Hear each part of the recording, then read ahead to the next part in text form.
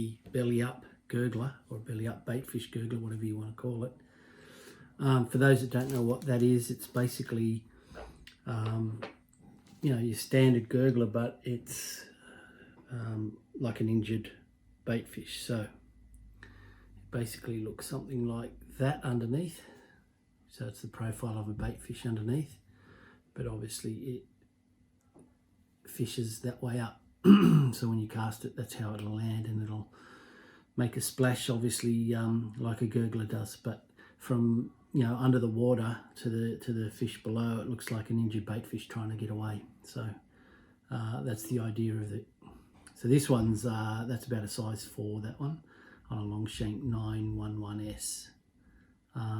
So for this one, I am tying this one on a 10 911S, just because it's a bit easy to see as I'm tying it. So for it, you obviously need your foam, so whatever foam you use. For the bigger ones, I'm using 3mm or 1/8 of an inch, whichever you prefer to call it. I'm going to be using EP fibre. So I'm going to use tan and a white in this case to make it look like an anchovy when it's finished. I'm using mono thread here and a little bit of flash here, which is ice fibre. In this case it's called Minnow Mix, so it's got a whole lot of different pearl colours through it, including some UV. I'm also going to use just a little bit of plain pearl through the tail as I tie the tail. Obviously then to finish off a 3D eye. So to start off with, I've just done the whole shank in the mono, and what we're going to do is tie in the tail. So to start off with, I'm just going to put a little bit of flash in to form a little bit of a lateral line down through the tail, you know, as an anchovy or a whitebait or whatever you're trying to imitate would have. So that's the first step. Just taper that a little bit. So you don't want the tail too far back. The problem with a lot of the surface flies, poppers and stuff like that, is if you've got the tail too far back, yeah, the fish just sort of hit the tail. They don't take the hook. So unless you've got a sting hook in there, your hook up rate stays fairly low. So just remember that as you're doing this. So I've tied that in to the length I want. Now, the thing with this this fly is you're basically tying it sideways onto the hook. All right, so you want your profile, as in this one, to be on the underside of the hook, not as you would normally have it on the top and bottom side. So for that, I'm going to turn the hook around in the vise, and I'm actually going to tie on the side edges of the hook, as opposed to the top edges. So some EP fibre. Again, I'm going to taper it so that I don't have to trim as much when the fly is finished. Alright, so there's the taper. I'm just going to tie that on one side in the white. So try and keep the tail as close to the bend of the hook as you can, and I'll show you the reason why in a second.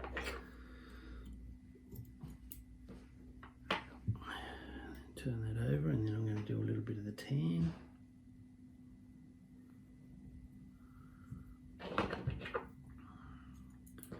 And taper it.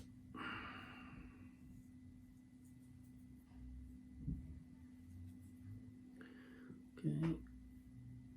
Try and make sure they're about the same length as you tie them on.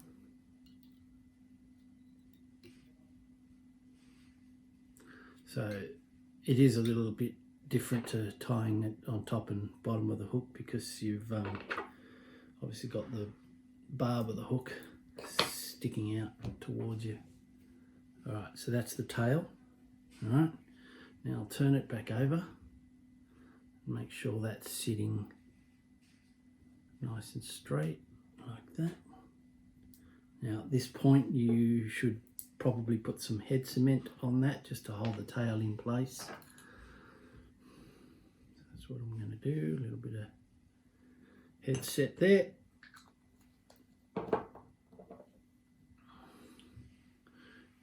pretty good taper.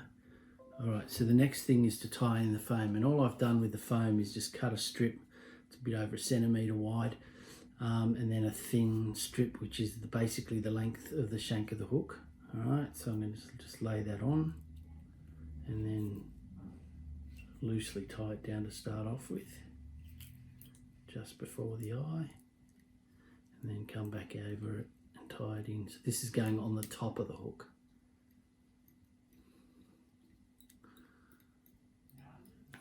And then I just cut off that little bit of excess. You don't want it right up to the eye of the hook, because you're going to tie this foam in at the eye of the hook, so you need to have some space there. But this just helps keep the top of the foam in place, but gives us also a little bit of body to work with. Alright, now I'm back to the base. So I'm just going to leave that hanging like that.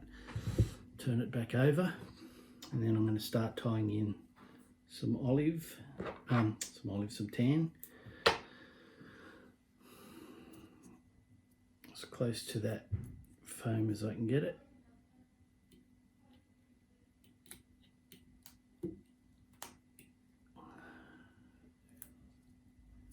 And fold that back on itself in a second. And then the same with some white.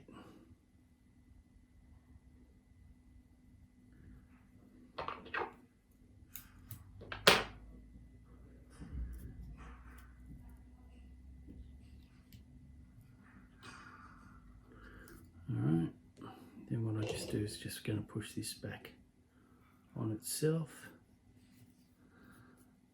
and then bring the thread forward. So the main thing you're trying to achieve is to make sure you're covering the hook, obviously. A bit more white.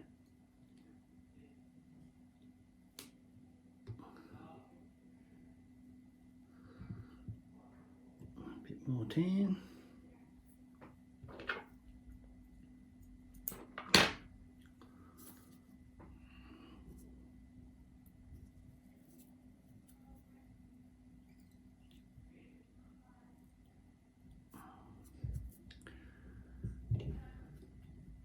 So you want it under, but not on top of the hook as much as you can.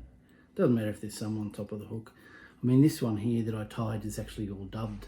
So the body is dubbed, not tied in this fashion. You could use a dubbing brush for this, whatever baitfish pattern you want to tie. The only reason I'm doing it section by section is because I want a different colour on the top than I want on the body, so on the bottom. So that's how we do it.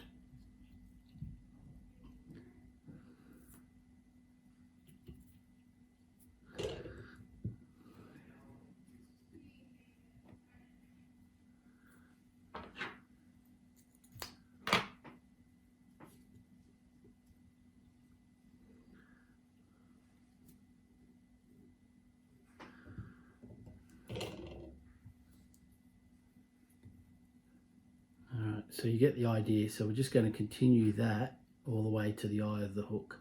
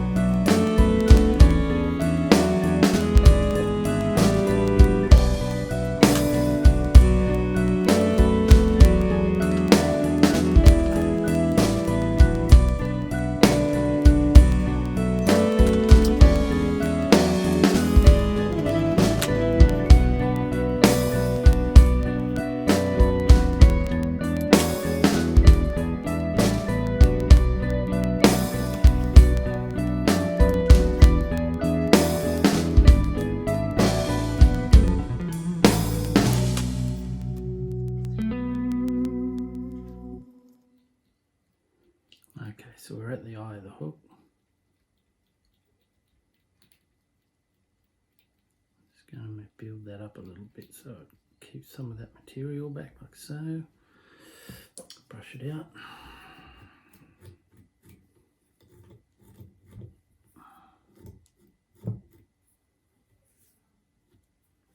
Now what we've got to do is just trim it to the shape. So again, we want nothing on top.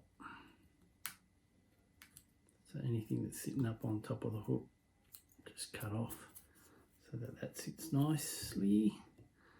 And then just shape it like a bait fish down to the tail.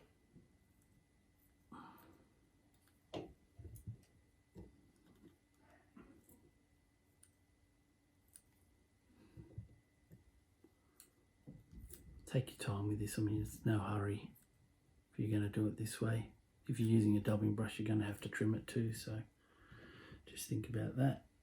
And then this one is going to be the side of the bait fish.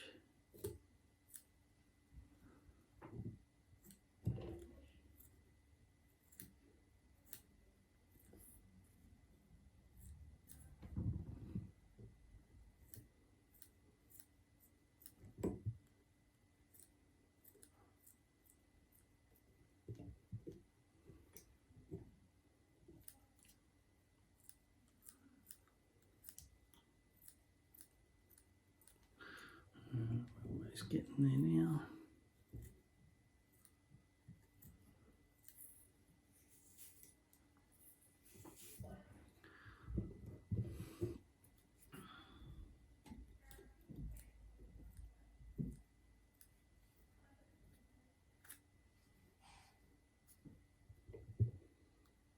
It's pretty good.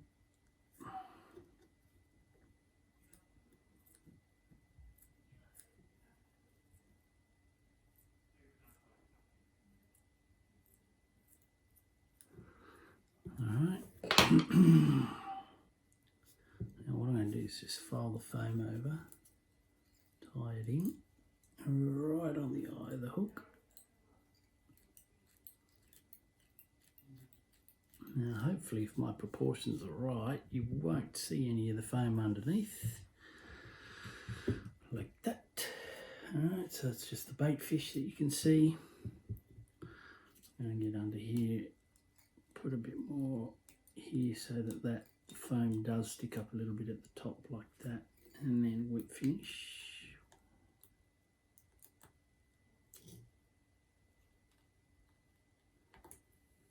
And another one.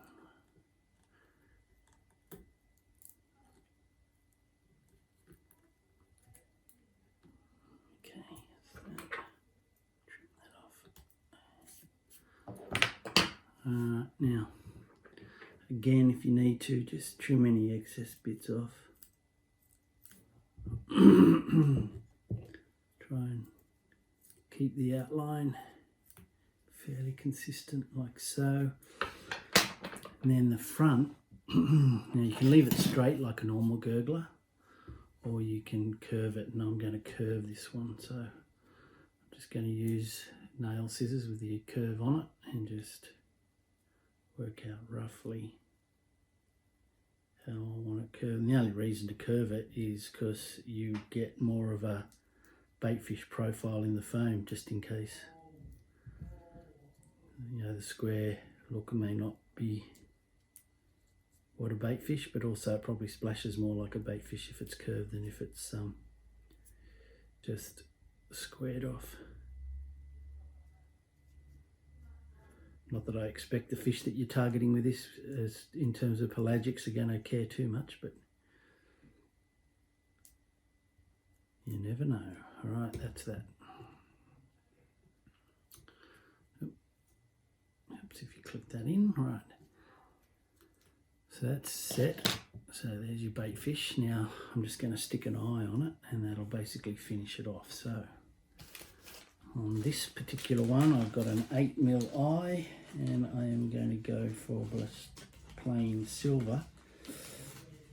The other thing with these obviously is you save yourself an eye, because you only need to stick one on it. And I am going to glue this on, and then I'm also going to then epoxy the head, but I don't think anybody needs to know how that's done because most people have done it. Righto. And that's it.